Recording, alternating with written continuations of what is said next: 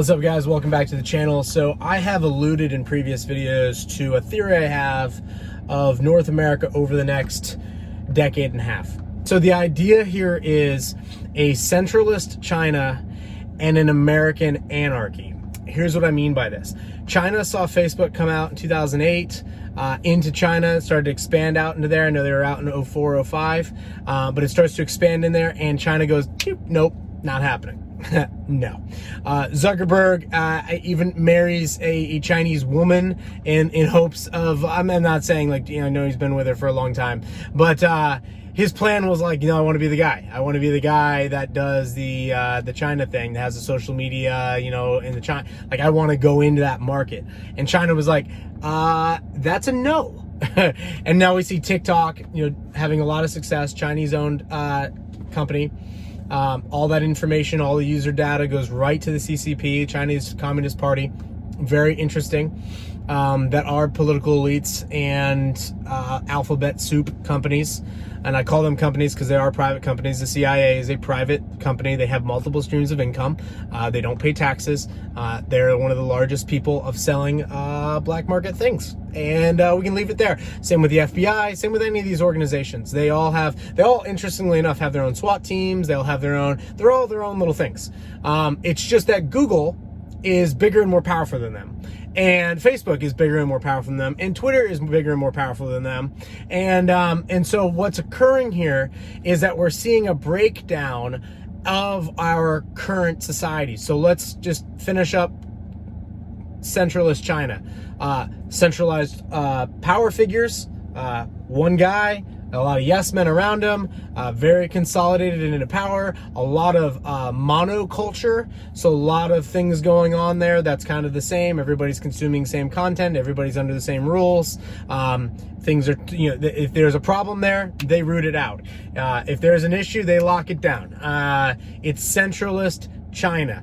And that's partly what makes them successful. If they want to build the Big Gorge Dam, or they want to do this, or they want to do the Belt and Roads Initiative, or they make it happen. If they want to be the world's largest buyer of gold, and they are, if they want to be, if they want to do those things, they can do those things. And China plans on 12-year windows. They work on a different calendar than the West. We work on 12 months. The zodiac calendar. They're working on something to do with the Jupiter passing around the Earth or something like that, where it's like every 12 years. The point there is that they're long-term planners. The Chinese will plan generations in advance, 100 years in advance, 12-year increments to get to their goals. The Americans are like, yeah, we had a good quarter, we'll see what July brings. Yeah, it was a good year. Great. What's your plans for next year? Kind of the same. What's your plans for a decade out? It's too hard to tell, man. No idea. Right? So, but the Chinese are like, no, we know exactly where we're going to be a decade from now and 2 decades from now. And so you have centralist China. I think I've built that case for that. I don't think anyone would disagree. They have some wealth there. They have, they're oligarchs. You see a guy like Jack Ma, who probably is a psyop. I don't think he's actually really the guy. I think he's just a talking piece guy that did Alibaba. But nonetheless, the guy Jack Ma, he disappears if he talks bad about the CCP. Oh, where's Jack Ma? Gone. Oh, he's back. He was on vacation. Psych. No. So they lock it down. Over here in America, we have allowed things to go too long and too far. So we're having a hard time finding a direction. The old American lie no longer works, which is we're the good guys, we fight for freedom and democracy throughout the world, and we'll come and save you in the middle of the night with our SEAL teams, and like the best military in the world, and et cetera, et cetera. And the American lie is breaking down. We won World War II because we were the good guys, and the other guys were evil, very bad guys, and it had nothing to do with our own selfish interest, and it wasn't like we cut off the Japanese off of oil or anything like that, and it wasn't like we provoked all these events so that we could, turn on the military-industrial complex to go fight the bad guy. No, it's not, we're the good guys, and that was the American lie. And over the last 30 years, really since coming off the gold standards the last 50 years, we have seen, one, just naturally how Americans are. They're decentralized in nature, meaning we have 50 different states, which are different. You know, Georgia's different than Florida, and Texas is different from California, right? So we have pockets of different cultures, which you don't necessarily see. You see regional, but you don't see that in larger monocultures like China. In addition to that, you have a situation where we have allowed social media to become more powerful than our alphabet soup companies. And that's a fact. And there's nothing they can do about that at this point in time. And then we have made the beautiful mistake, because I love this, but we have made the mistake of allowing cryptocurrencies to bleed into the mainstream news, media, and investing culture, meaning that Americans now know, and now we're starting to learn, that in the short term, fiat government currencies are very stable, but always losing value and always being printed. And cryptocurrencies are very unstable in the short term, but in the long term, always rising in value relative to the falling fiat currency. And eventually people are going to put this together. I'm saving $10,000 for the next 5 years so that I can put, I don't know, one of my goals. Do you want to save it into Bitcoin, or do you want to save it in your bank that pays no interest? Right? So what's happening is people are starting to put these equations together, and they're starting to realize, oh, there are alternatives. NFTs, which this is the future. So the good thing here is that China has pulled themselves out of this, but they saw cryptocurrencies show up on the scene and they were like, nope. They played with it for a little bit. They allowed a little bit, you know, they wanted to learn, but then they made it like, nope, we're banning it, done, gone. And that's a positive thing, but also a very negative thing, because they are the net exporter. So they can demand what they want to demand for as far as their goods that they produce and they export. And so over here in North America, our systems in many ways are starting to break down at all levels. And so people are realizing that there are escape hatches, which are good. We've also overpromised our people tons and tons of overpromises. In addition to that, we can't really do anything anymore. Like, we can't win military wars, we can't produce things, like we can't build things. Like our latest and greatest ideas from the last 10 years is not a decentralized taxi cab company that loses money every quarter and hasn't made a profit yet. We have an electric car company that was kind of in the same thing, but also hit $1 trillion market cap. You know, like those are like our best things. We have a social media company that is like really like cracked our society and created echo chambers of like radicalism everywhere. And they're not being drawn to accountability for these actions, or you know, they're shutting down they're shutting down the president, but they're not, you know, shutting down like, you know, purple hair, like lefty lady, like, you know, it's just weird. And so what's occurring is our culture is fracturing apart.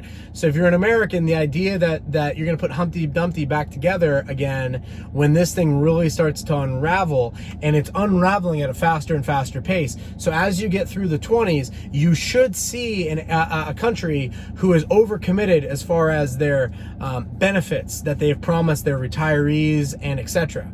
And so they will print currency to meet those obligations. So therefore, there'll be less people producing goods and services and more units of currency to buy limited goods and services. In addition to that, our political elites are constantly shutting things down and opening things up and messing with supply chains to cause prices to increase, because I think that there's a bigger plan here. But what's occurring is the American people, being the fact that they are Americans, they are descendants. I mean, not currently, but they are the descendants of warriors and pioneers and free thinkers. I mean, they are a very unique people group. They will see the exit ramps and begin to head for the door.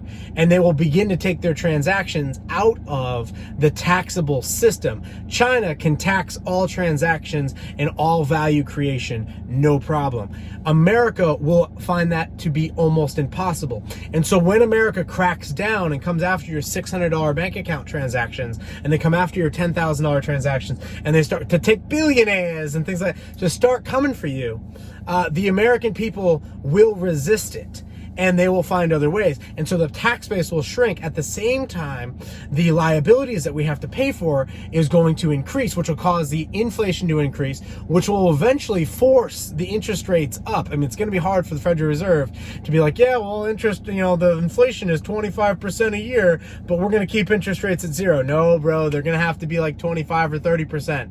They got to be at least the inflation rate now. So what happens is the cost of borrowing for the US government becomes higher and higher. At the same time, the currency is falling. At the same time, the American states are breaking off, as they've been doing for several years now. And we saw this with Colorado and California with the weed laws 10 years ago. They were like, yeah, it's a Schedule I narcotic, pretty serious offense, but in California or Colorado, you just smoke that shit. Don't worry about it. And you're like, oh, okay, how's Colorado doing? They collected $100 million in tax revenue. You're like, wow, that's a great idea. And their jails aren't full, and they don't have to pay to police it, and they don't have to arrest 14-year-olds for bringing weed to their locker room or whatever. And it's like, oh, that's a great idea. The Constitution's written on weed paper. Thomas Jefferson and George Washington are the first people to ever write about growing weed. And like, maybe we should just allow weed to happen. We allow alcohol and tobacco. Why not weed? But what happened is the federal government didn't crack down on their laws. Instead of going, you know what, you're right, let's change the rules, okay, cool, it's a schedule whatever, or it's legal, but you have to pay a federal tax like alcohol. Instead, they did nothing. They kept the law from 1930s on the books, and Colorado just did their 10-year experiment, had no issues. There's a couple raids, but they did it using the IRS, one of our other alphabet soup companies, and they rolled through. And they were like, well, these are cash businesses. They're not paying their taxes. We have to confiscate and burn their product and all that stuff. But they didn't bust everybody because they didn't have the resources to go into Colorado and start busting everyone using it for recreational use. And so what happened is people go, oh, well, the government doesn't really enforce anything. What we're seeing with mask laws at the moment is the same thing, where these states that have mask laws, like New York at this very point in time, you're seeing a quarter of the New Yorkers not wearing masks, and they're not enforcing it. So the only thing that can occur here is that they lose legitimacy, and they have to move into their next phase, which is brute force. So they've lost their legitimacy, and so they have to move into brute force. And so as that occurs, it just further incentivizes the American people to go, you know what, I want nothing to do with this. Get me out of the system, get me off the grid, get me into a state where my governor talks crap to the president all the time. And so what happens is we end up in this state of federalism where the country is literally breaking apart. There's really no good way to put it back together again. And we get to this spot where you've got this very large centralist China, this big mega power, a nation that can build bullet trains, that can produce big steel buildings, that can do things. And then you have American Anarchy, where everyone's just doing their own thing. All the states are doing their own thing. Maybe there's inner fighting, there's class warfare, things got to sift out. I view this as a positive, but I view this as there's a big event occurring here, because the Americans will be falling off the global stage and China will be filling the power vacuum. And this creates a very interesting scenario, because now we have in a way, a truly free people with a dumb government, or a government that has failed at this point in time, or is just not really respected or legitimate. And then we have this very central government and a people that do exactly what the heck they're told. And it creates a very interesting scenario, because you have a mega power over in the East. And it's unclear as to how that could shake out later on. What will people use as money? What will the goods and services that when the American security blanket falls all around the world, what will not be able to be imported? So if you don't have the U.S. Navy policing the entire, all the seas, does world trade break down? And some would argue, yes, it does. And so things would need to be produced here. So America would go through a reindustrialization period, which would be very hard. It would look very much like a depression. At the same time, the government would be failing, so it would be chaotic. But coming out of that event, you would have new American industrialists, and almost impossible for a large centralist government to take it over. And so now you have a super centralist government on one side of the pond, and on the opposite side of the pond, you have this entire new generation of American industrialists, free markets, no taxes, low taxes. And so what happens is you end up in an interesting situation where you could create a new American lie. Meaning, we're the good guys, we fight for freedom and democracy all throughout the world, and America, yeehaw, here we go.